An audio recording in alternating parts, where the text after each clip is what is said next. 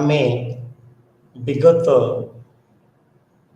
ଅଧ୍ୟାୟରେ ଆଲୋଚନା କରିଛନ୍ତି ଯେ ପରିବେଶ ଏବଂ ପ୍ରାକ୍ ଐତିହାସିକ ସମୟର ସମାଜ ବିଷୟରେ ଆମେ ଆଲୋଚନା କରିଛନ୍ତି।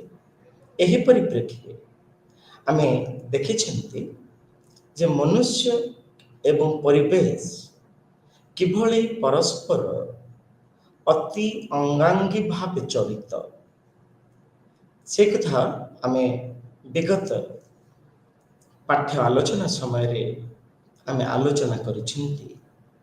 ଆଜି ଆମେ ଆଉ ଏକ ଦିଗକୁ, ପରିବେଶ ଇତିହାସର ଆଉ ଏକ ଦିଗକୁ ଆଲୋଚନା କରିବା। ସେ ଦିଗ ହେଉଛି ପରିବେଶ ଏବଂ ପ୍ରାକ୍ ଐତିହାସିକ ସମୟରେ ସମାଜ। ଏବଂ ଯେତେବେଳେ ଆମେ ପ୍ରାକ୍ ଐତିହାସିକ ସମାଜ କଥାକୁ ଆଲୋଚନା କରୁ, ଏହି ପରିପ୍ରେକ୍ଷୀରେ ଆମେ ଦେଖିବା ଯେ କିଭଳି ଭାବରେ ଅତୀତରେ ମନୁଷ୍ୟ ସଭ୍ୟତା ଗୁଡ଼ିକ ନଦୀ ଉପତ୍ୟକା କୂଳରେ ଗଢ଼ି ଉଠିଥିଲା, ସେ ବିଷୟରେ ଆଜି ଆମେ ଆଲୋଚନା କରିବା। ଆଜି ଆମର ଆଲୋଚ୍ୟର ବିଷୟ ହେଉଛି environment and valley societies, river valley civilisations. ଆମେ ଯେତେବେଳେ ଏ ପ୍ରସଙ୍ଗକୁ ଆଲୋଚନା କରିବା, ଏ ପ୍ରସଙ୍ଗ କେତେ ଗୁଡ଼ିଏ ଲକ୍ଷ୍ୟ ଉପରେ ପର୍ଯ୍ୟବେସିତ, ଲକ୍ଷ୍ୟ ଉପରେ ଆଧାରିତ।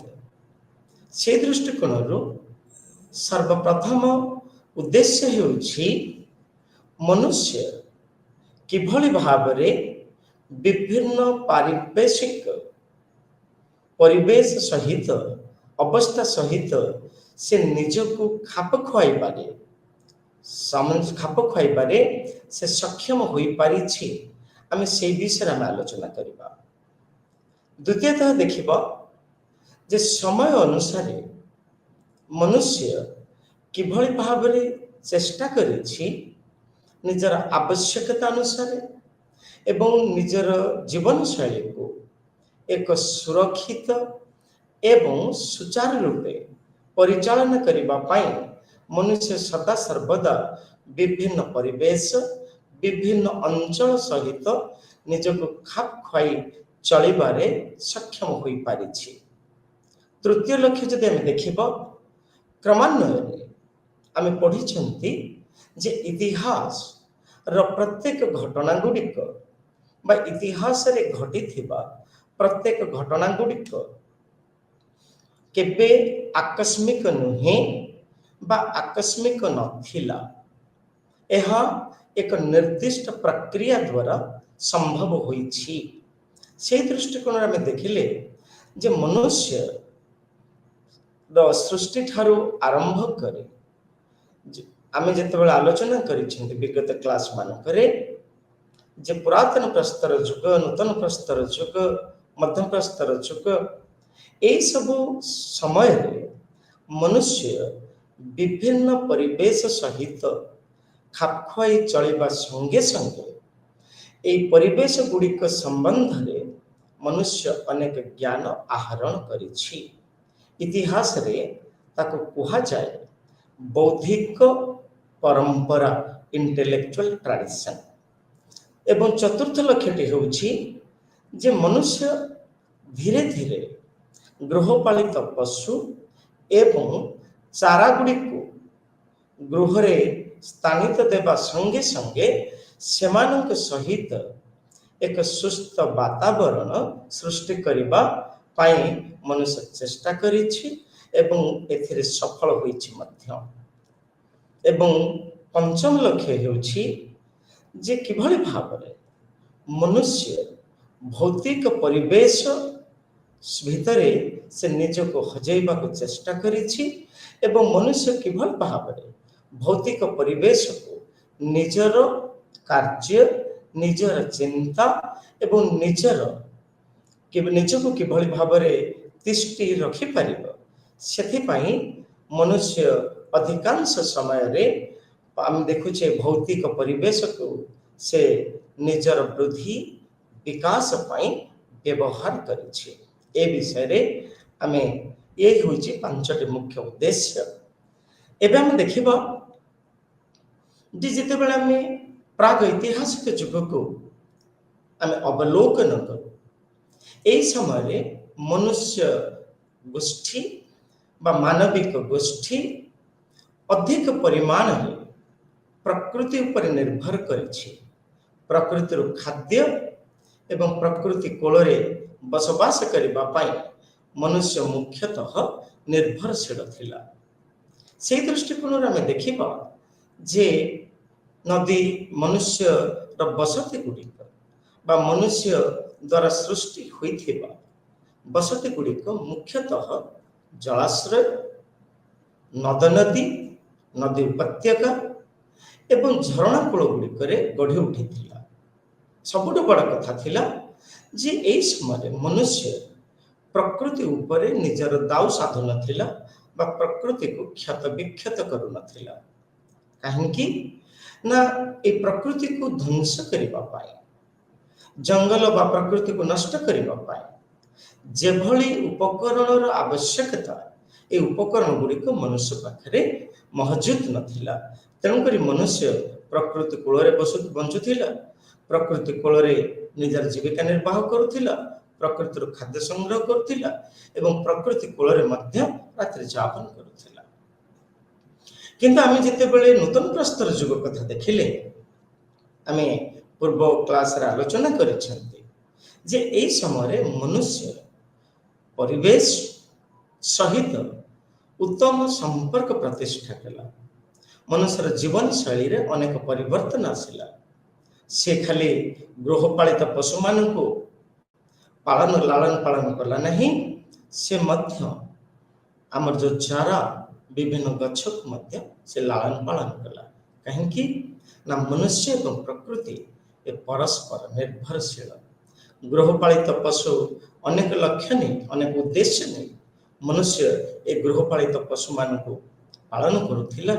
तार मुख्य लक्ष्य थिला कि कृषि उन्नति एवं मूर्तिका उर्वर शक्तिर वृद्धि। द्वितीय थिला जे एक अर्थनैतिक जीवन सुस्थ बा दृढ़ अर्थनैतिक जीवन को त्वरान्वित करबा पाई मनुष्य गृहपालित पशु को रखिबा को लागिला। एवं जेतेबेले आमे देखू जे चाल्कोलिथिक फेज नूतन प्रस्तर जुग पर ए जो चाल्कोलिथिक समय आसिला एई समय आमे देखिले जे मनुष्य प्रथमे धातव पदार्थ गुड़ी को से तरलैबा पाई आरंभ कला। एवं आमे जो देखिले कि धातव पदार्थ गुड़िक स्मेल्टिंग रो जो प्रचुक्ति विद्या मनुष्य को जଣା थिला, जा फल कि आमे देखू जे तंबा को मनुष्य प्रथमे धातु भाव में व्यवहार कला। निजर जीवन शैली को अधिक सुगम करबा पाई से धातव बा आम कही था तंबा तंबा को से तंबा धातु को से व्यवहार करिछि। सबुठ बड़ कथा है जितेबेले आमे ए मनुष्य समाजर सृष्टि हैला प्रतिष्ठा हैला ए धातव पदार्थ व्यवहार होछि सबुठार गुरुत्वपूर्ण दिग बा उद्भावन। यह होछि सबुठार एक गुरुत्वपूर्ण विकास। सेपरि आमे जितेबेले हरप्पा सभ्यता भारत प्रसंग रे आमे आलोचना करू, भारत दुईटी नदी जहा कि सिंधु नदी एवं घाग्रा और हाग्रा एहार अववाहिका पाखापाखि आज को जदि आमे देखिबा 5000 वर्ष पूर्वे आमे देखू जे सर्वप्रथम भारत रे एक शहरीकरण सभ्यता रो अयमारंभ होइथिला, जहा को आज आमे कहूचे स्मार्ट सिटी बा जहा को आज आमे कहूचे आधुनिक सभ्यता आधुनिक शहर। ए आधुनिक शहर आधुनिक सभ्यता आमे हरप्पा सभ्यता परिप्रेक्षी रे आमे आलोचना करिथाउ। कहीं आमे हरप्पा सभ्यता को ऐतिहासिक माने कहती, ऐतिहासिक माने तथ्य उपस्थापना करती जे हरप्पा सभ्यता को आमे ଭାରତର ସର୍ବପ୍ରଥମ ଆଧୁନିକ ସଭ୍ୟତା ଭାବରେ ଗ୍ରହଣ କରାଯାଏ। କାରଣ ଟାଉନ ପ୍ଲାନିଂ 5000 ବର୍ଷ ପୂର୍ବେ ଭାରତରେ ହରପ୍ପା ସଭ୍ୟତା ହେଉଛି ଆଧୁନିକ ସହରୀକରଣର ମୂଳଦୁଆ। କାହିଁକି ଆଜି ଆମେ ଯଦି ସମ୍ପ୍ରତି ସମୟରେ ଦେଖୁ ଏଭଳି ଭାରତବର୍ଷରେ ଅନେକ ସହର ଗଢ଼ି ଉଠିଛି, ଯେଉଁ ସହର ଗୁଡ଼ିକ ଏକ ନିର୍ଦ୍ଦିଷ୍ଟ ଯୋଜନା ଉପରେ ଆଧାରିତ ନୁହେଁ। କିନ୍ତୁ ଆମେ ଯଦି ହରପ୍ପା ସଭ୍ୟତାକୁ ଦେଖୁ ଏହାର ସହର ଯୋଜନାବଦ୍ଧ ଭାବରେ ଗଢ଼ି ଉଠିଛି। ନମ୍ବର 1। ଦ୍ୱିତୀୟତଃ ଆମେ ଦେଖୁ ଯେ ହରପ୍ପାର ଅଧିବାସୀମାନେ ରାସ୍ତାଘାଟ, ସେମାନଙ୍କର ଶସ୍ୟକୁ ଗଚ୍ଛିତ ରଖିବା ପାଇଁ ବୃହତ୍ ଶସ୍ୟାଗାର ଏବଂ ସେମାନଙ୍କର ବାସଗୃହ, ସେମାନଙ୍କର ସାଧାରଣ ଲୋକଙ୍କର ବ୍ୟବହାର ନିମନ୍ତେ ବୃହତ୍ କନଫରେନ୍ସ ହଲ୍, ଏ ସବୁଗୁଡ଼ିକ ପୋଡ଼ା ଇଟାର ବ୍ୟବହାର ହୋଇଥିବାର ଆମେ ଅନେକ ପ୍ରତ୍ନତାତ୍ତ୍ୱିକ ଖନନରୁ ଆମେ ଦେଖିବାକୁ ପାଇଥାଉ। ତାହା ହରପ୍ପା ସଭ୍ୟତା ହେଉ ବା ହରପ୍ପା ହେଉ ବା କାଲିବଙ୍ଗନ ହେଉ, କର୍ଦ୍ଦିଜ ହେଉ ବା ଲୋଥାଲ ହେଉ, ସୁକ୍ତଟାଡା ହେଉ ବା ସୁକ୍ତାଜେଣ୍ଡର ହେଉ, ଏହିପରି ଡୋଲାବିରା ହେଉ, ରୂପାର, ଏହିପରି ଭାରତରେ ମହେଞ୍ଜୋଦାରୋ ଅନେକ ଗୁଡ଼ିଏ ହରପ୍ପା ସଂସ୍କୃତିର ସୃଷ୍ଟି ବା କାର୍ଯ୍ୟକାରୀ ହୋଇଥିବାର ଆମେ ଦେଖିବାକୁ ପାଇଥାଉ। ଆଉ ଦେଖୁ ଯେ ରୋଡ ପ୍ଲାନିଂ, ରାସ୍ତାଘାଟ ଗୁଡ଼ିକ ଅତି ଯୋଜନାବଦ୍ଧ ଭାବରେ ଗଢ଼ି ଉଠିଥିବାର ଆମେ ଦେଖିବାକୁ ପାଉ। ସମ୍ପ୍ରତି ସମୟରେ ଆମେ ଯଦି ଭାରତବର୍ଷରେ ଦେଖୁ ରାସ୍ତା ଗୁଡ଼ିକ ସ୍ୱପ୍ନିଳ ଗତିରେ ଥିବାର ଆମେ ଆମ ନଜରକୁ ଆସିଥାଏ।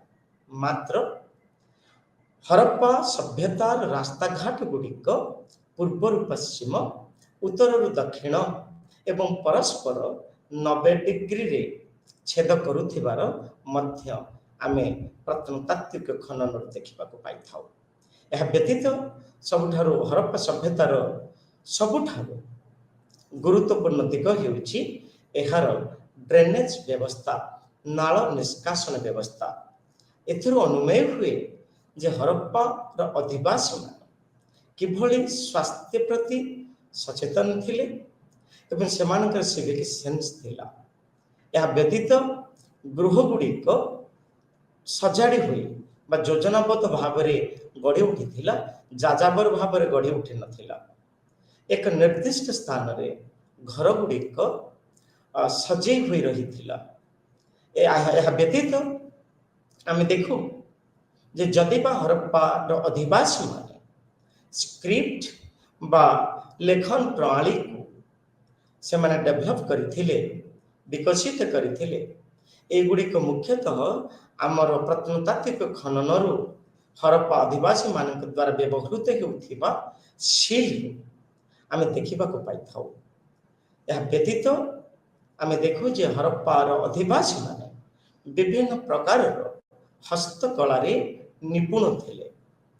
ଏହିପରି ଭାବରେ ହରପ୍ପାର ଅଧିବାସୀମାନେ ବା ହରପ୍ପା ସଭ୍ୟତାକୁ ଭାରତବର୍ଷର ସର୍ବଶ୍ରେଷ୍ଠ ବା ସର୍ବପ୍ରଥମ ସହରୀକରଣ ସଭ୍ୟତା ଭାବରେ ଅଭିହିତ କରାଯାଏ।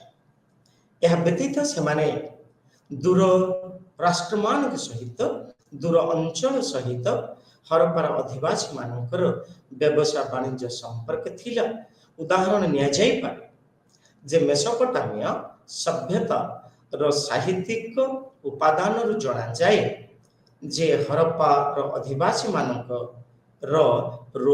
ମେସୋପୋଟାମିଆର ଉର୍, ଲଗାସ, ନିପୁର ଆଦି ସହରମାନଙ୍କ ସହିତ ବ୍ୟବସାୟ ବାଣିଜ୍ୟିକ ସମ୍ପର୍କ ରହିଥିଲା। ଏହା ବ୍ୟତୀତ ହରପ୍ପାର ଅଧିବାସୀମାନେ ବ୍ରୋଞ୍ଜର ବ୍ୟବହାର ବହୁଳ ଭାବରେ କରୁଥିଲେ ଏବଂ ଐତିହାସିକମାନେ ଏହି ନଦୀ ସଭ୍ୟତାକୁ ମଧ୍ୟ ବ୍ରୋଞ୍ଜ ସଭ୍ୟତା ଭାବରେ ଅଭିହିତ କରିଥାନ୍ତି। ଏବେ ଦେଖିବା ଯେ କିଭଳି ଭାବରେ ଜଳବାୟୁର ପରିବର୍ତ୍ତନ ହୋଇଛି ଏବଂ ମନୁଷ୍ୟ ଏକ ନିର୍ଦ୍ଦିଷ୍ଟ ସ୍ଥାନରୁ ଅନ୍ୟ ଏକ ସ୍ଥାନକୁ ସେ ପରିବର୍ତ୍ତନ ହେଇଛି।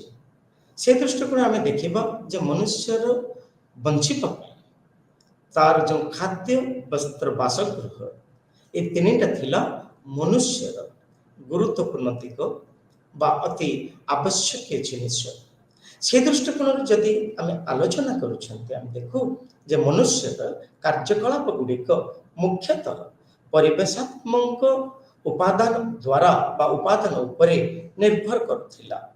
ଏବଂ ସବୁଠୁ ବଡ଼ କଥା ଥିଲା କି ପରିବେଶ ବା ଜଳବାୟୁର ପରିବର୍ତ୍ତନ ଦ୍ୱାରା କିଭଳି ଭାବରେ ଏକ ମନୁଷ୍ୟ ସମାଜର ପତନ ଘଟୁଛି ବା ମନୁଷ୍ୟ ଏକ ନିର୍ଦ୍ଦିଷ୍ଟ ଅଞ୍ଚଳକୁ ପରିତ୍ୟାଗ କରି ଅନ୍ୟ ଏକ ଅଞ୍ଚଳରେ ବସତି ସ୍ଥାପନ କରୁଛି।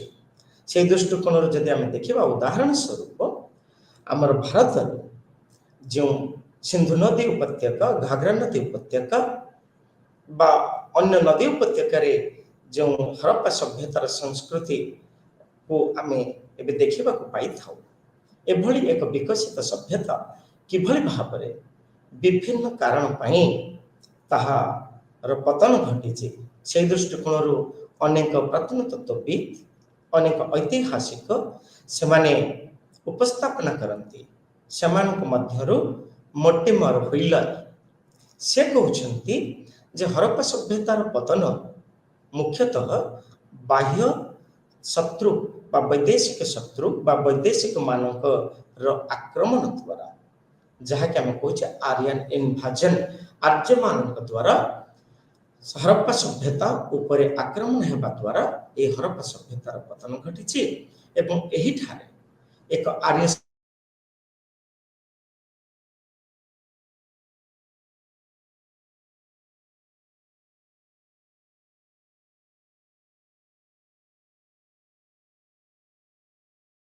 ଯେ ହରପ୍ପା ସଭ୍ୟତା ଏକ ପ୍ରାକୃତିକ କାରଣ ପାଇଁ ଭୂକମ୍ପ ଦ୍ୱାରା, ଆର୍ଥକ୍ୱେକ୍ ଦ୍ୱାରା ଏହି ସଭ୍ୟତାର ପତନ ଘଟିଛି। ସେହିପରି ମାକେ ଏବଂ ଏସ୍.ଆର୍. ରାଓ ସେ ଯୁକ୍ତି ଉପସ୍ଥାପନା କରନ୍ତି ଯେ ଏକ ପ୍ରାକୃତିକ ବିପର୍ଯ୍ୟୟ, ନଦୀ ମାନଙ୍କରେ ଅତ୍ୟଧିକ ବନ୍ୟା ଆସିବା ଦ୍ୱାରା ଏ ହରପ୍ପା ସଭ୍ୟତାର ପତନ ହୋଇଥିବାର ଅନୁମାନ କରାଯାଏ। ସେହିପରି ଏଚ୍.ଟି. ଲାମ୍ବ୍ରିକ୍, ଏମ୍.ଏସ୍. ବାଥ୍ ଆଣ୍ଡ ଜର୍ଜ ଡେଲ୍ସ ଏମାନେ ଉପସ୍ଥାପନା କରନ୍ତି, ଏହି ପ୍ରତ୍ନତତ୍ତ୍ୱବିତ୍ ମାନେ ଉପସ୍ଥାପନା କରନ୍ତି ଯେ ନଦୀ ଗୁଡ଼ିକ ଯେତେବେଳେ ନିଜର ଗତିପଥକୁ ବଦଳାଇଥାନ୍ତି ବା ଏହି ପରିପ୍ରେକ୍ଷୀରେ ହରପ୍ପା ସଭ୍ୟତାର ପତନ ହୋଇଥିବାର ମଧ୍ୟ ଆକଳନ କରାଯାଏ।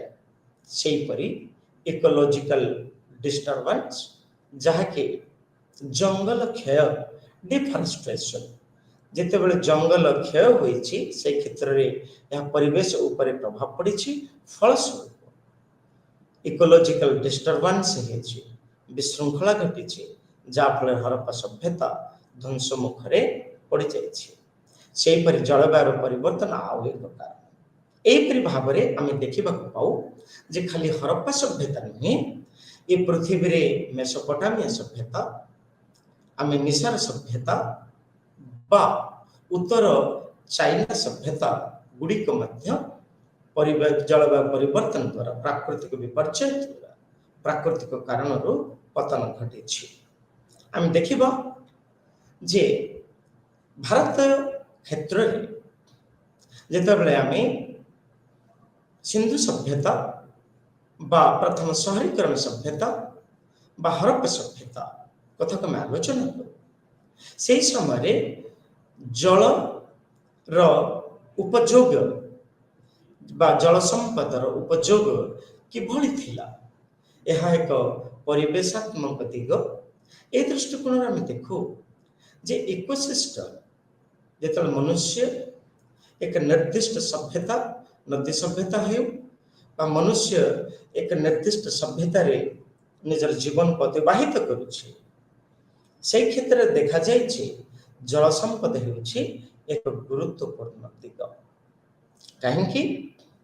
आमे जानिछे कथारे अछि जल ही जीवन। ठीक सेपरि जल केवल मनुष्य समाज पाई नुहे उभय उद्भिद जगत पाई मध्य जल संपद अति जरूरी। सेपरि आमे देखु जे ए पृथ्वी रे आमे जदि बहु पुरातन समय को चली छिबा नदी सभ्यता गुड़ी को मुख्यतः बा मनुष्य सभ्यता मनुष्य बसति स्थापन मुख्यतः नदी उपत्यका जलाश्रय एपरिक झरनार कूलरे गढ़ी उठुथिला। तार कारण थिला कि एही स्थान मानकरे मनुष्य सफिशिएंट बा प्रचुर परिमाण रे से जल पाउथिला। जो जल को से निजे पानीय भाव व्यवहार करुथिला, कृषिर उन्नति ପାଇଁ व्यवहार करुथिला एवं जल संपद थिला सबुठारु सहज उपाय जाद्वारा कि मनुष्य गोटे स्थान अन्य स्थान यातायात करुथिला। इज ए ट्रांसपोर्टेशन एक निर्दिष्ट जगार खाद्य शस्य को से अन्य एक स्थान को जल द्वारा जलपथ द्वारा से परिवर्तन करुथिला। आ नदीर उर्वर शक्ति सारी जमीर उर्वर शक्ति को बढ़ाइबा पाई मध्य मनुष्य साधारणतः तार बसति गुड़िक नदी उपत्यका जलाश्रय बा झरणा कूल को बाछुथिला। ए परिप्रेक्षी रे आमे जदि हरप्पा सभ्यता को देखुछे डियर फ्रेंड्स, ए हरप्पा सभ्यता मुख्यतः हरप्पा सभ्यता को प्रत्नतत्वविद ऐतिहासिक माने कहती जे यह नदी व्यवस्थित सभ्यता। कहीं ना ये सभ्यता खाली सिंधु नदी नुहे घाघरा सतलेज एभली अनेक नदी उपत्यकार सब गढ़ी उठी। तार कारण थिला कि मनुष्य यही स्थान मानकरे उर्वर मृत्तिका पाउथिला।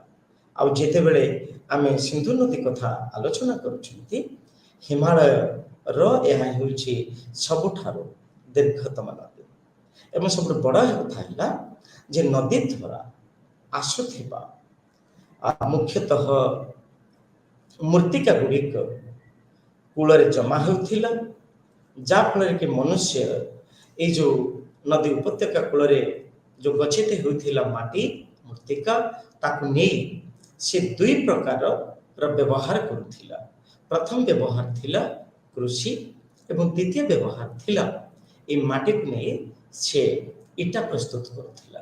जो इटा द्वारा रास्ता घाट नाला निष्कासन व्यवस्था गृह शस्यागार एपरिकी बृहत स्नानागार एवं ए इटा को से तार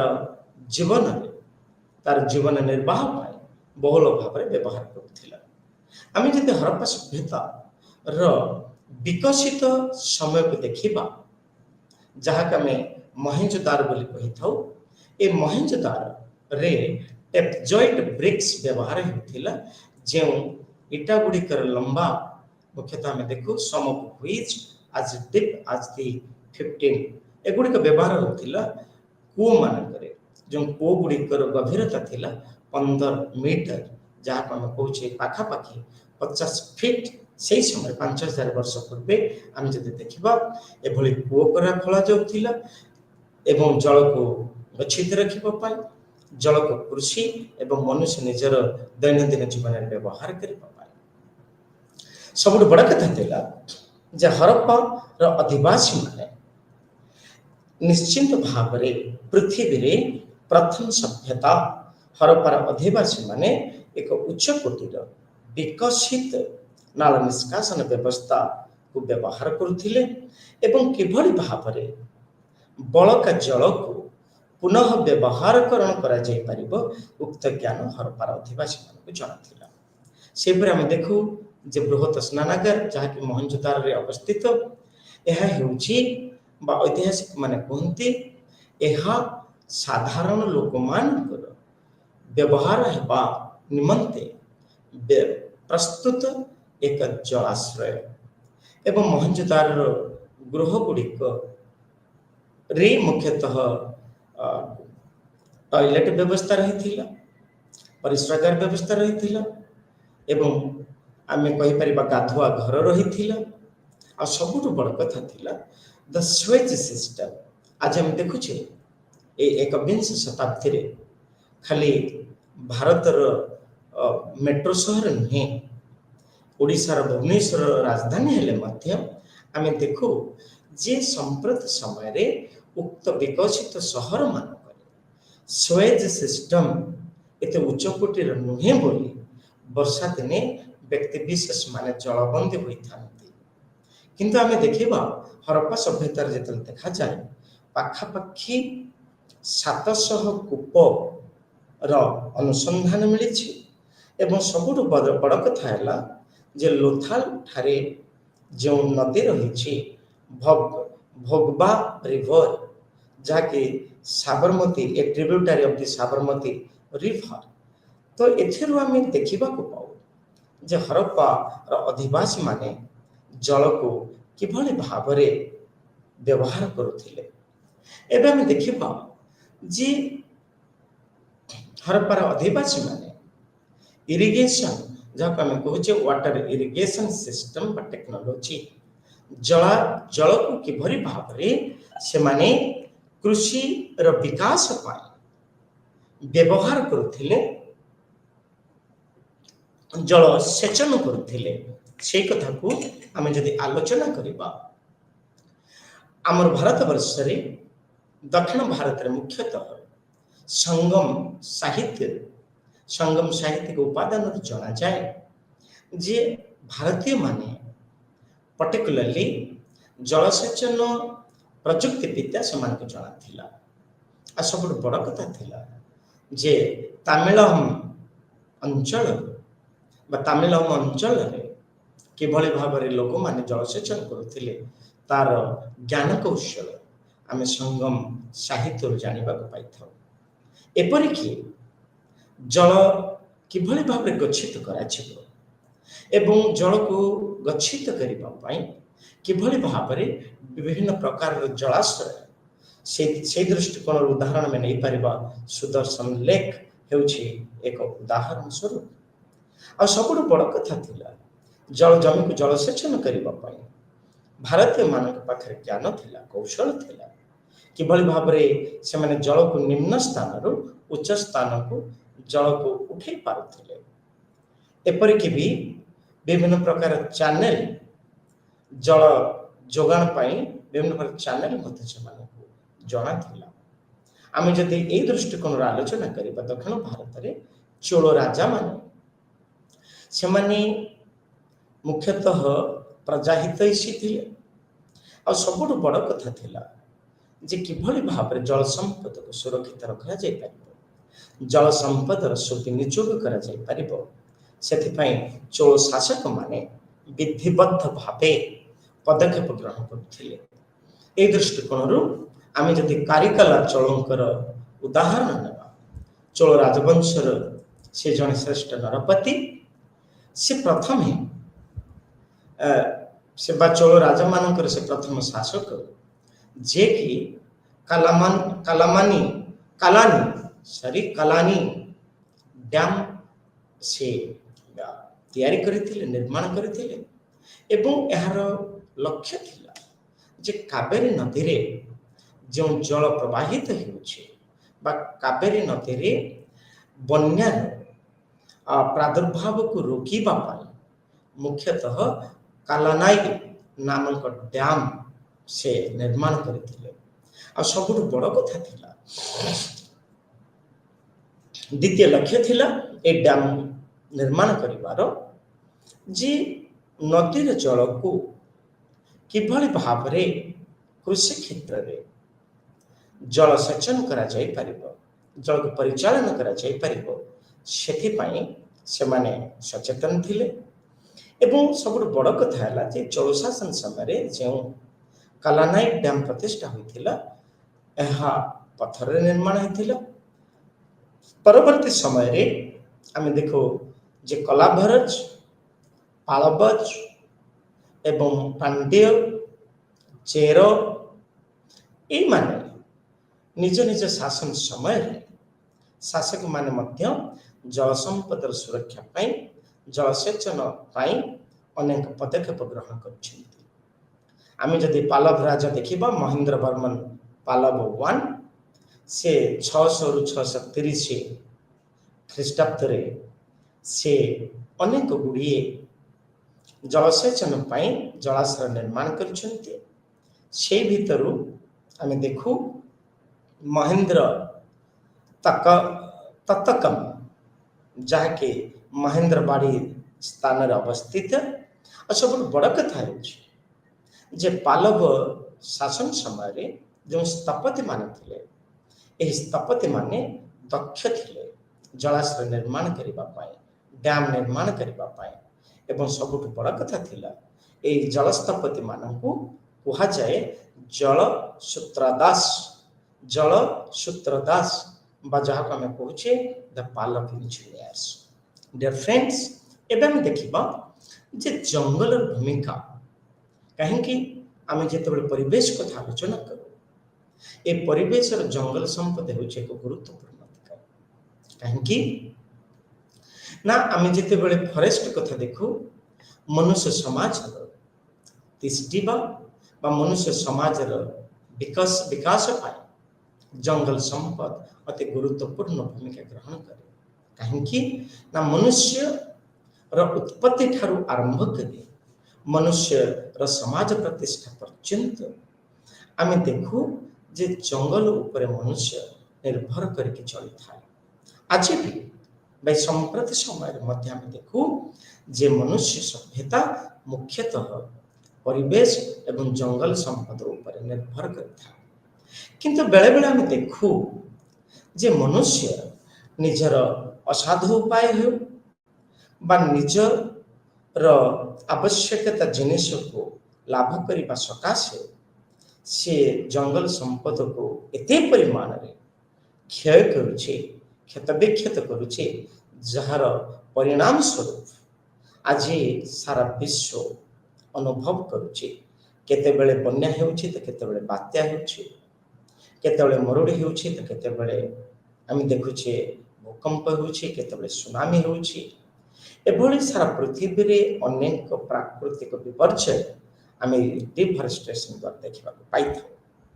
ଏବେ ଆମେ ଦେଖୁ ଐତିହାସିକ ଶିରିନ ରତ୍ନାଗର କୁହନ୍ତି ଯେ ବ୍ରୋଞ୍ଜ ସମୟରେ ବା ବ୍ରୋଞ୍ଜ କଲଚର ଦ ହରପ୍ପା ଅଧିବାସୀ ମାନଙ୍କର ଯେଉଁ ବ୍ରୋଞ୍ଜ ସଂସ୍କୃତି ଥିଲା ଏ ବ୍ରୋଞ୍ଜ ସଂସ୍କୃତି କେତେକାଂଶରେ ଇକୋଲୋଜିକାଲ ଡିଷ୍ଟ୍ରକ୍ସନ ପାଇଁ ବହୁଳ ପରିମାଣରେ ଦାୟୀ। ଆଉ ସବୁଠୁ ବଡ଼ କଥା ଆମେ ଦେଖୁ ଯେ ହରପ୍ପାର ଅଧିବାସୀ ସେମାନେ ସ୍ଥପତି ଥିଲେ, କଳା ସ୍ଥାପତ୍ୟରେ ସେମାନେ ମାହିର ଥିଲେ, ସେମାନେ ନିଖୁଣ ଥିଲେ। ସେଥିପାଇଁ ବିଭିନ୍ନ ପ୍ରକାରର ଅଳଙ୍କାର ନିର୍ମାଣ କରିବା ପାଇଁ ସେମାନେ କ'ଣ କରୁଥିଲେ ନା ଜଙ୍ଗଲ ସମ୍ପଦକୁ ମଧ୍ୟ ସେମାନେ ନଷ୍ଟ କରୁଥିଲେ।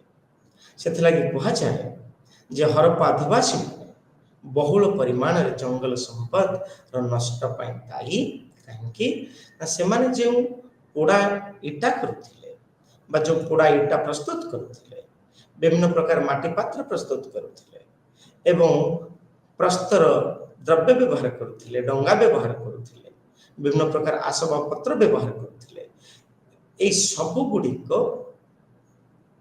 କେତେକାଂଶରେ ପ୍ରତ୍ୟକ୍ଷରେ ହେଉ ପରୋକ୍ଷରେ ହରପ୍ପା ସଭ୍ୟତାର ଜଙ୍ଗଲ ସମ୍ପଦକୁ ଧ୍ୱଂସ କରିବାରେ ସହାୟକ ହେଉଥିଲା।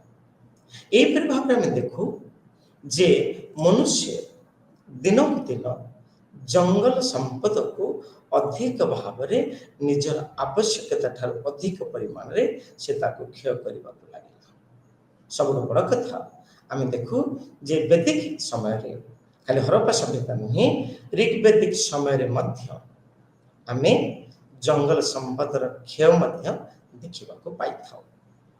ଯାହାଫଳରେ କି ଆମେ ଦେଖୁ ଯେ ଆର୍ୟ ମାନେ କୁହାଯାଏ ଯେ ବାହାରୁ ଆସିଛନ୍ତି ବୋଲି, କିନ୍ତୁ ସମ୍ପ୍ରତି ସମୟରେ ଆମର ପ୍ରଫେସର ପିଚାପାନ ଦ ଗ୍ରେଟ୍ ନୃତତ୍ତ୍ୱବିଦ ସେ ଯୁକ୍ତି ଉପସ୍ଥାପନ କରନ୍ତି ଯେ ଭାରତକୁ ଆର୍ଯ୍ୟମାନେ ବାହାରୁ ଆସିନାହାନ୍ତି, ବରଂ आर्य माने भारत रु अन्य स्थान को जाइछन्ति। से जहाँ हेउ आमे देखू जे हरप्पा सभ्यता एवं ऋग्वैदिक शासन समय रे आमे देखिबा को पाऊ जे जंगल संपद बहुल भाव नष्ट होइछि।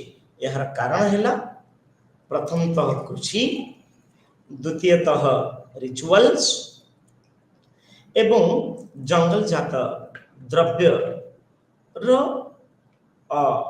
उत्पादन पाई।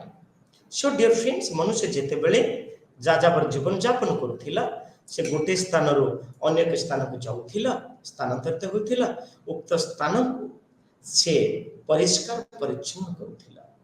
या द्वारा अनेक परिमाण रे जंगल संपद को नष्ट करुथिला एवं कृषि प्रस्तुत करिबा पाई, कृषि क्षेत्र प्रस्तुत करिबा पाई मध्यम से जंगल व्यवस्था को बहुल परिमाण रे ध्वंस करुथिला।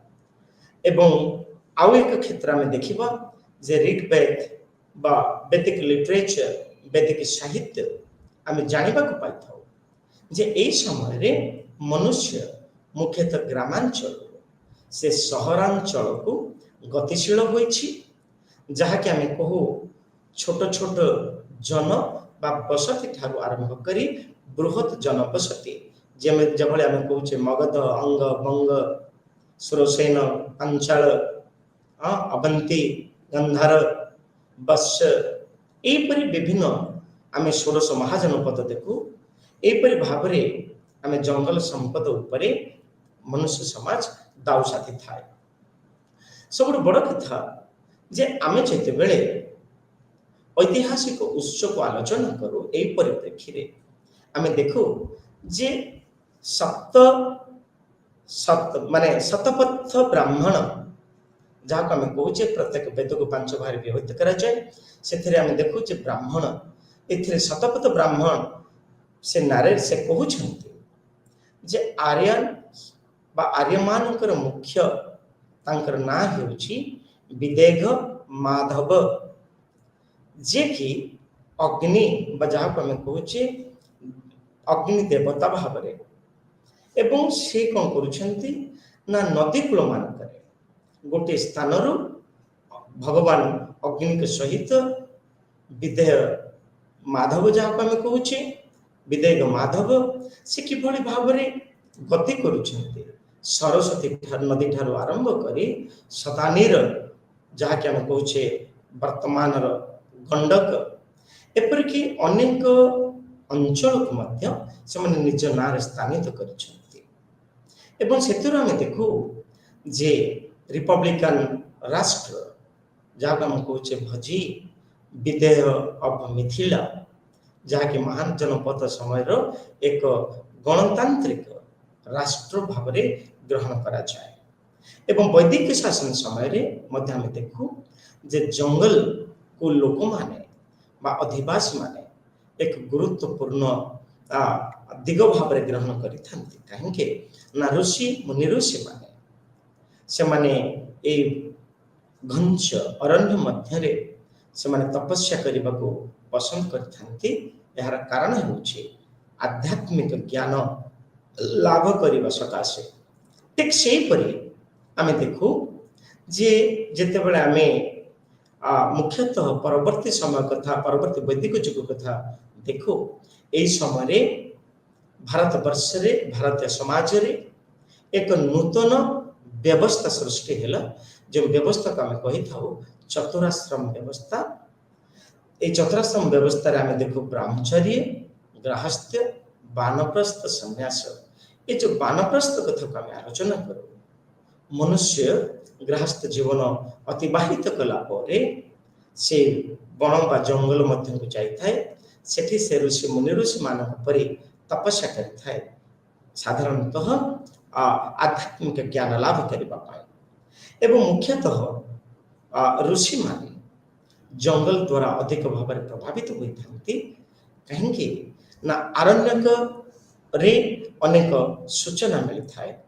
ऋषि माने ए जंगल मध्य रे विभिन्न आश्रम बा कुड़िया गठन करिथांती एवं सेठारे से माने संस्कृति जंगल संस्कृति को प्रचार प्रसार करथांती ताको कहा जाए आरण्य संस्कृति बा जंगल संस्कृति। एवं महाजनपद समय आम देखो गौतम बुद्ध से मध्य जेतेबेले तांकर ज्ञान प्राप्ति होइछंती एहा मुख्यतः बोधिट्री उरुबिलो जंगल मध्य से ज्ञान लाभ करछंती। ठीक सेहीपरि महावीर सेहीपरि आम विभिन्न मुनि ऋषि मध्य जंगल संपद को बहुल भाव व्यवहार करिथिबार आम ऐतिहासिक उपादान जानिबाक पाइथां। एबे आम देखिबा जे किभଳି भाବରେ मनुष्य एवं उद्भिद ये परस्पर अंगांगी भाव जड़ित एवं यह किभଳି भाବରେ मनुष्य जीवन शैली को प्रभावित करता है से परिप्रेक्षी आम देखिबा जे गृहपालित पशु पक्षी एवं विभिन्न प्रकार उद्भिद जगत तत्संगे संगे मनुष्य भूमिका आम जंगल व्यतिरके जो आम परिवेश इतिहास कथा आलोचना कर जंगल व्यतिरके जंगल संपद व्यतिरके आम देखू जे पशु पक्षी एवं विभिन्न प्रकार गच्छ संपद एगुड़ी को किभଳି भाବରେ मनुष्य ताको डोमेस्टिकेट करिछि और सब बड़ कथा है जे मनुष्य यह ऊपर निजर नियंत्रण रखिछि। यार गुरुत्वपूर्ण दिग है कि मनुष्य एवं परिवेश परस्पर संपर्क बा मनुष्य एवं परिवेश किभଳି भाବରେ परस्पर को बुझी परस्पर को हृदयंगम करिसेंती। परिवेश बिना मनुष्य समाज तिष्ठि रही पारिबो नहीं एवं मनुष्य बिना मध्य परिवेश बंची पारिबो नहीं। से दृष्टिकोण आम जितेबले देखि था प्राग ऐतिहासिक समय रे मनुष्य समाज मुख्यतः आम तले यार्ली सोसाइटीज कथा देखो प्राग समाज गुड़िक मुख्यतः मनुष्य कार्यधारा त्वरान्वित होता है कार्यकारी करता है।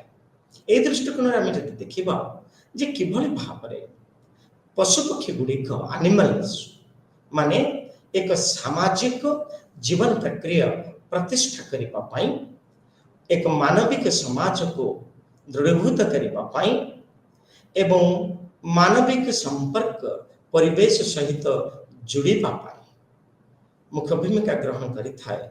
से दृष्टिकोण आम देखिबा जे पशु संपद और सामाजिक स्ट्रक्चर जहाँ आम कहे सामाजिक गठन व्यवस्था ये दृष्टिकोण आम देखा हरप्पार अधिवासी माने विभिन्न प्रकार पशु मान को से माने गृहपालित पशु भाव रखुले से मध्य थिले बलद महिषी छेली मेंढा घुसुरी यह व्यतीत wild animals like the tigers आम कुछ बाघ भालू गंडा हरिण ये सब आदि मध्य से जना थिला कारण ये सब जीव गुड़िक जहाँ आम आलोचना कले हरप्पा मान द्वारा सृष्टि होइथिबा सील गुड़िक आम ए पशु मान छवि को देखा पाई था।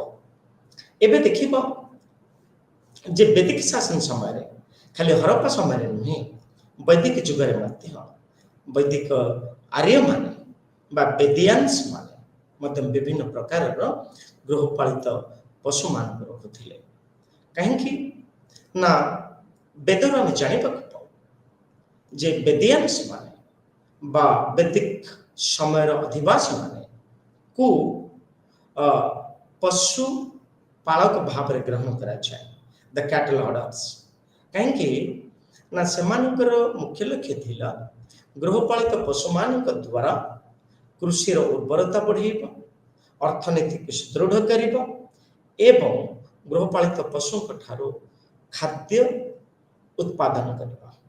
आ सब बड़ कथा थिला कि वैदिक समय घोड़ा को अश्व को अधिक परिमाण गुरुत्व दि जाउथिला कहीं ना एठारे गृह गुड़िक सॉरी अश्व गुड़िक विभिन्न प्रकार घास को से माने जमीर अप्रूट कर दउथिले लोप कर दउथिले जाफल कि जमीर उर्वर शक्ति बढ़ुथिला आ सबुठ बड़ कथा थिला जे ए हरप्पार अधिवासी माने जेतेबेले अधिकरु अधिक गृहपालित पशु को रखिबाकु लागिले परवर्ती समय कहीं ना गृहपालित पशु रखिबा द्वारा से विभिन्न प्रकार चारण जमी आवश्यकता कले ये चारण जमी आवश्यकता द्वारा डिफरेस्टेशन होइछि बा परिवेश उपरे मनुष्यर कार्यकलाप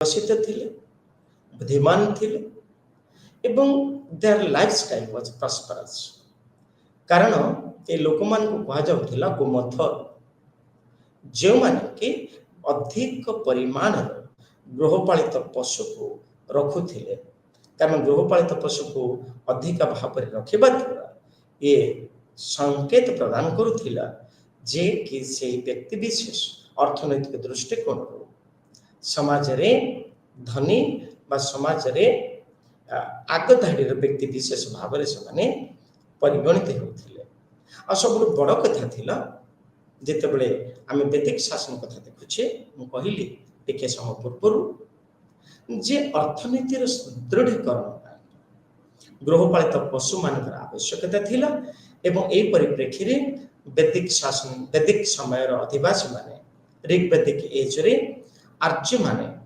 दे had the god called the Pushan Arya मानकर जणे भगवान थिले ताको पुषण कह जाउथिला जे कि पशु मानकर जत्न नेथिले and was worshipped by his followers and to find their lost livestock and rich pastures अधिक शस्य उत्पादन हेबा पाई एवं अधिक अधिक चारण भूमि र सृष्टि हेबा पाई से माने पुषण को भगवान भावरे पूजा करुथिले ग्रहण करुथिले किंतु परवर्ती समय आम देखिले जे पुषण परवर्ती वैदिक जुगरे से शूद्र मानकर ठाकुर बा भगवान भावरे परिगणित हेले एबे हम देखिबा जे किभली भावरे ए भारत वर्ष रे कृषि भित्तिक समाज एवं शहरीकरण सृष्टि होइछि से दृष्टिकोण जदि हम देखिबा जे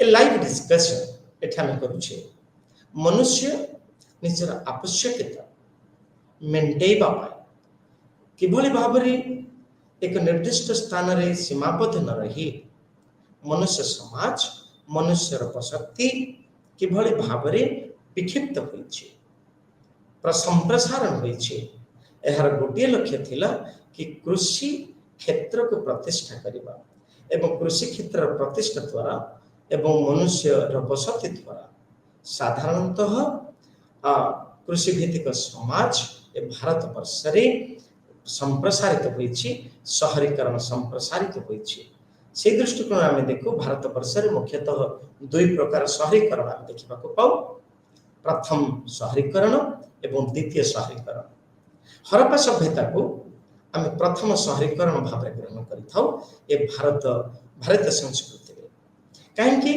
ना यही समय कृषि जो प्रजुक्ति विद्या अधिक परिमाण विकसित होता एवं हरप्पा अधिवासी माने विभिन्न प्रकार कृषि भित्तिक द्रव्य से प्रस्तुत करुथिले उत्पादन करुथिले एगुड़िक भितर आम देखु सोरिष बाजरा गहम एवं कॉटन मिलेट बार्ली एपरी भाव में हरप्पार अधिवासी माने विभिन्न प्रकार खाद्य चारा खाद्य गछ से प्रस्तुत करुथिले सेपरिक रबी क्रॉप्स मध्य हरप्पा अधिवासी मान द्वारा बहुल भाव में सृष्टि होता यह दृष्टिकोण आम देखु जे हरप्पार अधिवासी मान पृथ्वी रे प्रथम अधिवासी जो माने प्रचुर परिमाण रे कॉटन प्रस्तुत उत्पादन करुथिले एवं कॉटन रु से माने विभिन्न प्रकार बयन शिल्प मध्य प्रस्तुत करुथिले एई दृष्टिकोण आम देखिले जे हरप्पा सभ्यता रो अधिवासी माने एक उच्च कुटीर कृषि भित्तिक समाज ଏବଂ ପ୍ରଥମ ସହରୀକରଣ ଜୀବନକୁ ଅତିବାହିତ କରୁଥିଲେ ଏବଂ କୃଷିକୁ ବା କୃଷିର ଚାଷ ପାଇଁ ମୁଖ୍ୟତଃ ସେମାନେ ବଳଦ ଏବଂ ଉଟର ବ୍ୟବହାର କରୁଥିଲେ। ଆମେ ଋଗ୍ବେଦରେ ବି ଦେଖିବାକୁ ପାଉ ଯେ ଦ ବେଦିଆନ୍ସ ମାନେ କୃଷିର ଗଭୀର ଚାଷ ପାଇଁ ସେମାନେ 24ଟି ବଳଦକୁ ବ୍ୟବହାର କରୁଥିଲେ। ଏବେ ଆମେ ଦେଖିବା ଯେ କୃଷି ପାଇଁ ଆମେ କେଉଁଠାରୁ ମୁଖ୍ୟତଃ ଉପାଦାନ ଲାଭ କରିଥାଉ। ଆମେ ଯଦି ହରପ୍ପା ସଭ୍ୟତା ଦେଖୁ ମହେଞ୍ଜୋଦାର ଠାରେ, ସେଠାରେ ଆମେ ଦେଖୁ ଯେ ଟେରାକୋଟା ମାନଙ୍କ ଉପରେ କିଭଳି ଭାବରେ ଜମି ଚାଷ କରାଯାଉଥାଏ। ବନୱାଲି, ଦେନ୍ वी मे टॉक अबाउट ଭୋୱାଲପୁର, ଏହିସବୁ ଜାଗାମାନଙ୍କୁ ଯେତେବେଳେ ଏକ୍ସକାଭେସନ୍ କରାଯାଇଛି ଆମେ ଟେରାକୋଟାରୁ ଦେଖିବାକୁ ପାଉ ଯେ କିଭଳି ଭାବରେ ଏଠାରେ ଜମି ଚାଷ କରାଯାଉଥିଲା, କୃଷି ପ୍ରଣୟନ କରାଯାଉଥିଲା। ଆଉ ସବୁଠୁ ବଡ଼ କଥା ଥିଲା ଯେ ହରପ୍ପାଠାରେ ଯେଉଁ ବୃହତ ଗ୍ରାନାରୀ ଥିଲା, ବୃହତ ଶସ୍ୟାଗାର ଥିଲା। এই ହରପ୍ପା ଏବଂ ମହେଞ୍ଜୋଦାର ଠାରେ ବୃହତ ଶସ୍ୟାଗାର ପ୍ରମାଣ ଦିଏ ଯେ କିଭଳି ଭାବରେ ହରପ୍ପାର ଅଧିବାସୀମାନେ ଅଧିକ ପରିମାଣରେ କୃଷି ଦ୍ରବ୍ୟକୁ ଉତ୍ପାଦନ କରୁଥିଲେ। ସେହିପରି ଆମେ ଦେଖୁ ଯେ ବିଭିନ୍ନ ପ୍ରକାରର ବଳକା ଖାଦ୍ୟକୁ ସେମାନେ ଗଚ୍ଛିତ କରି ରଖୁଥିଲେ ଶସ୍ୟାଗାରରେ। ଯେତେବେଳେ ପ୍ରାକୃତିକ ବିପର୍ଯ୍ୟୟ ଆସୁଥିଲା, ଏ ପ୍ରାକୃତିକ ବିପର୍ଯ୍ୟୟ ସମୟରେ ରକ୍ଷା ପାଇବା ପାଇଁ ସେମାନେ ଶସ୍ୟାଗାର ନିର୍ମାଣ କରୁଥିଲେ। ଆଉ ସବୁଠୁ ବଡ଼ କଥା ଥିଲା ଯେ ଯେହେତୁ ହରପ୍ପାର ଅଧିବାସୀମାନଙ୍କ ସମୟରେ ପରିବେଶ ଅନୁକୂଳ ଥିଲା, କୃଷି ଅନୁକୂଳ ଥିଲା, ଗୃହପାଳିତ ପଶୁ ଥିଲେ, ଲୋକମାନଙ୍କର ପ୍ରଯୁକ୍ତି ବିଦ୍ୟା ଥିଲା, ଫଳରେ କି ଏକ ନୂତନ ସହରୀକରଣର ଜୀବନଯାପନ ସେମାନେ କରିବାକୁ ଆରମ୍ଭ କରୁଥିଲେ। ସେହିପରି ବୈଦିକ ଶାସନ ସମୟରେ ମଧ୍ୟ କୃଷି ଯଦିବ ଅଧିକ ହରପ୍ପାନ ସଭ୍ୟତା ପରିକା ଉଚ୍ଚକୋଟୀର ନଥିଲା ବା ବିକଶିତ ନଥିଲା, ତଥାପି ମଧ୍ୟ ବୈଦିକ ଶାସନ ସମୟରେ ବେଦିଆନ୍ସ ମାନେ ଗୃହପାଳିତ ପଶୁ ପାଳନ କରୁଥିଲେ, ଯାହାଫଳରେ କି କୃଷିର ଉନ୍ନତି ହେବା ସଙ୍ଗେ ସଙ୍ଗେ ସେମାନେ ସ୍ଲାସ୍ ବା ବର୍ନ ଏଗ୍ରିକଲଚର, ଯାହାକୁ ଆମେ କହୁ ସମ୍ପ୍ରତି ସମୟରେ ପୋଡୁ ଚାଷକୁ ସେତେବେଳେ ଗୁରୁତ୍ୱ ଦିଆଯାଉଥିଲା। ସେହିପରି ଆମେ ଯଦି କୌଟିଲ୍ୟଙ୍କର ଅର୍ଥଶାସ୍ତ୍ରକୁ ଦେଖିବା, ଏ କୌଟିଲ୍ୟଙ୍କ ଅର୍ଥଶାସ୍ତ୍ରରୁ ଆମେ ଜାଣିବାକୁ ପାଉ ଯେ ସେ ମେନସନ୍ କରୁଛନ୍ତି ଅର୍ଥଶାସ୍ତ୍ରରେ ଗୋପା ଜଣେ ବ୍ୟକ୍ତି ଯାହାଙ୍କୁ କି ମୁଖ୍ୟତଃ ଗ୍ରାମର ଟିକସ ସଂଗ୍ରହକାରୀ ଅଫିସର ଭାବରେ ଗ୍ରହଣ କରାଯାଏ। ଏବଂ ସବୁଠୁ ବଡ଼ କଥା ସେ ଏଥିରେ ତଥ୍ୟ ଦେଉଛନ୍ତି ଯେ କିଭଳି ଭାବରେ 5ରୁ 10ଟି ଭିଲେଜ ସେଥିରେ ଗୋପଙ୍କ ନେତୃତ୍ୱରେ ରହୁଥିଲା, ଯେଉଁଥିରେ ସେ ବର୍ଣ୍ଣନା କରିଛନ୍ତି ଯେ କୃଷି ଭିତ୍ତିକ ଜମି କିଭଳି ଭାବରେ ଥିଲା। ସେ କହୁଛନ୍ତି କ୍ରିଷ୍ଟ, କହୁଛନ୍ତି ଚାଷ ଉପଯୋଗୀ, ଚାଷ ଅନୁପଯୋଗୀ ଜମି, ଯାହାକୁ ସେ କହୁଛନ୍ତି ଅକ୍ରିଷ୍ଟ, ସେହିପରି ସମତଳ, ସେହିପରି ଓଦାଳିଆ ଜମି, ସେହିପରି କହୁଛନ୍ତି ସେ ବଗିଚା, କହୁଛନ୍ତି ପୁଣି ଭେଜିଟେବଲ ବା ଯାହାକୁ ଆମେ କହୁଛେ ପନିପରିବା ଜାତୀୟ ଅଞ୍ଚଳ, ଜଙ୍ଗଲ। ସେହିପରି କୌଟିଲ୍ୟ ଅର୍ଥଶାସ୍ତ୍ରରେ ବର୍ଣ୍ଣନା କରାଯାଉଛି ଯେ ଜଳସେଚନ ପାଇଁ ବ୍ୟବହାର ହେଉଥିବା ବିଭିନ୍ନ ପ୍ରକାରର ଯନ୍ତ୍ରପାତି, ପୁଣି କୁହାଯାଉଛି ରାସ୍ତା ଘାଟ ଏବଂ ପାର୍ଶ୍ୱରାଲ ଜମି। ଏହିପରି ଭାବରେ ଆମେ ଯଦି ଦେଖିବା ଯେ କୌଟିଲ୍ୟ ଅର୍ଥଶାସ୍ତ୍ର ହେଉଛି କେବଳ ଖାଲି ଯେ ଷ୍ଟେଟ୍ ଆଫେୟାର୍ସ ବା ପ୍ରଶାସନ ବିଷୟରେ ସୂଚନା ପ୍ରଦାନ କରିନଥାଏ, ଏହା ମଧ୍ୟ ପରିବେଶ, ଜଙ୍ଗଲ ସମ୍ପଦ ବିଷୟରେ ଏବଂ ମୃତ୍ତିକା ସମ୍ପଦ ବିଷୟରେ ଅନେକ ଗୁରୁତ୍ୱପୂର୍ଣ୍ଣ ତଥ୍ୟ ପ୍ରଦାନ କରିଥାଏ। ସେହିପରି ଆମେ ଦେଖୁ ଏହି ପରିପ୍ରେକ୍ଷୀରେ ଡିୟର ଫ୍ରେଣ୍ଡସ୍, ଆମେ ଆଉ ଏକ ଦିଗକୁ ଆମେ ଆଲୋଚନା କରୁଛେ, ଯାହାକୁ ଆମେ କହୁ ଯେ ପରିବେଶ ସମ୍ପର୍କିତ କିଛି ଘଟଣା ଏବଂ ମଧ୍ୟଯୁଗରେ ଭାରତୀୟ ମଧ୍ୟଯୁଗରେ ପରିବେଶ କିଭଳି ରହିଥିଲା। ଏହି ପରିପ୍ରେକ୍ଷୀରେ ଆମେ ଦୁଇଟି ଲକ୍ଷ୍ୟ ବା ଉଦ୍ଦେଶ୍ୟକୁ ଦେଖିଥାଉ। ସବୁଠୁ ବଡ଼ କଥା ହେଲା ଐତିହାସିକ ଜ୍ଞାନକୁ ଗ୍ରହଣ କରିବା ପାଇଁ ବା ଐତିହାସିକ ଜ୍ଞାନକୁ ଅବଧାରଣ କରିବା ପାଇଁ ଏବଂ କିଭଳି ଭାବରେ ମନୁଷ୍ୟର ଜୀବନଶୈଳୀ ପରିବେଶ ଉପରେ ପ୍ରଭାବ ପକାଉଛି, ମନୁଷ୍ୟର କାର୍ଯ୍ୟକଳାପ କିଭଳି ଭାବରେ ମଧ୍ୟଯୁଗରେ ପରିବେଶକୁ ପ୍ରଭାବିତ କରୁଛି, ତାହା ହେଉଛି ଏହି ପ୍ରସଙ୍ଗର ମୁଖ୍ୟ ଉଦ୍ଦେଶ୍ୟ। ଆଉ ସବୁଠୁ ବଡ଼ କଥା ହେଲା ଯେ ମନୁଷ୍ୟ କିଭଳି ଭାବରେ ମଧ୍ୟଯୁଗୀୟ ଭାରତୀୟ ଇତିହାସରେ ଆମେ ଦେଖୁ ଯେ ବିଭିନ୍ନ ପ୍ରକାରର ଘଟଣା କିଭଳି ପ୍ରଭାବିତ କରୁଛି ସାଧାରଣତଃ ପରିବେଶର ପରିବର୍ତ୍ତନ ପାଇଁ। ସେ ଦୃଷ୍ଟିକୋଣରେ ଆମେ ଦେଖୁ ଯେ ମଧ୍ୟଯୁଗରେ ମୁଖ୍ୟତଃ ସୁଲତାନସ୍, ଦିଲ୍ଲୀର ସୁଲତାନସ୍ ମାନେ ଏବଂ ମୋଗଲ ଶାସକ ମାନେ ସେମାନେ ଜଙ୍ଗଲକୁ ସଂରକ୍ଷଣ ଏବଂ ଜଙ୍ଗଲ କ୍ଷୟ ପାଇଁ ସେମାନେ ଦାୟୀ। ତା ବିଷୟରେ ଆମେ এই ପ୍ରସଙ୍ଗରେ ଆଲୋଚନା କରିବା। ସେଥିରୁ କୁହାଯାଉଛି ଯେ ଖଲସା ଲ୍ୟାଣ୍ଡ, ଖଲସା ଜମି କିଭଳି ଭାବରେ ଦିଲ୍ଲୀ ସରକାରଙ୍କର ବା ଆମେ କହୁଛେ ଦିଲ୍ଲୀ ସୁଲତାନ ଏବଂ ମୁଗଲ ଶାସନ ସମୟରେ ଏହା ବ୍ୟବହୃତ ହେଉଥିଲା ଏବଂ ଏ ଯେଉଁ ଖଲସା ଲ୍ୟାଣ୍ଡକୁ ପ୍ରସ୍ତୁତ କରିବା ପାଇଁ କିଭଳି ଭାବରେ ଜଙ୍ଗଲ ସମ୍ପଦକୁ ଧ୍ୱଂସ କରାଯାଉଥିଲା ସେ ବିଷୟରେ ଆଲୋଚନା କରାଯାଇଛି। ଏବଂ ତତ୍ସଙ୍ଗେ ସଙ୍ଗେ ଆମେ ଦେଖିବାକୁ ପାଉ ଯେ ମୋଗଲ ଶାସକମାନେ କିଭଳି ଭାବରେ ସେମାନେ ଶିକାରକୁ ଗୁରୁତ୍ୱ ଦେବା ପରି ସଙ୍ଗେ ସଙ୍ଗେ ବା ଆମେ ଦେଖୁ ଯେ ବଲବନ ଶାସନ ସମୟରେ ସେ କିଭଳି ଭାବରେ ଠଗୀମାନଙ୍କୁ ଦମନ କରିବା ପାଇଁ ଜଙ୍ଗଲ ସମ୍ପଦକୁ ଧ୍ୱଂସ କରିଛନ୍ତି, ପରିବେଶ ଉପରେ ସେମାନେ କୁଠାରଘାତ କରିଛନ୍ତି। ସେହିପରି ଆମେ ଯଦି ମହମ୍ମଦ ବିନ୍ ତୁଗଲକ ଶାସନ ସମୟକୁ ଦେଖିବା ଯେ ସେ କିଭଳି ଭାବରେ ଦିୱାନ ଇ କୋହି ନାମକ ଏକ ବିଭାଗକୁ ସୃଷ୍ଟି କରିଛନ୍ତି, ଯେଉଁଥିରେ କି ସେ କିଷାନ ବା କୃଷକମାନଙ୍କୁ ଅଧିକ ଗୁରୁତ୍ୱ ଦେଇଛନ୍ତି ଏବଂ କୃଷକମାନେ କୃଷି ଉପରେ ନିର୍ଭର କରିବା ସଙ୍ଗେ ସଙ୍ଗେ କୃଷି ଜମି ପ୍ରସ୍ତୁତ କରିବା ପାଇଁ ସେମାନେ ପରିବେଶ ଉପରେ ମଧ୍ୟ ସେମାନେ ଆକ୍ରମଣ କରିଛନ୍ତି। ଆଲାଉଦ୍ଦିନ ଖଲଜିଙ୍କ ଶାସନ ସମୟରେ ମଧ୍ୟ ଆମେ ଦେଖୁ ସେ ଗ୍ରେଜିଂ ଟ୍ୟାକ୍ସ, ଗ୍ରେଜିଂ ଟିକସ ମଧ୍ୟ ସେ ଇମ୍ପୋଜ କରିଥିଲେ ଲୋକମାନଙ୍କ ଉପରେ, ଯାହାକୁ କୁହାଯାଏ ଚରାଇ।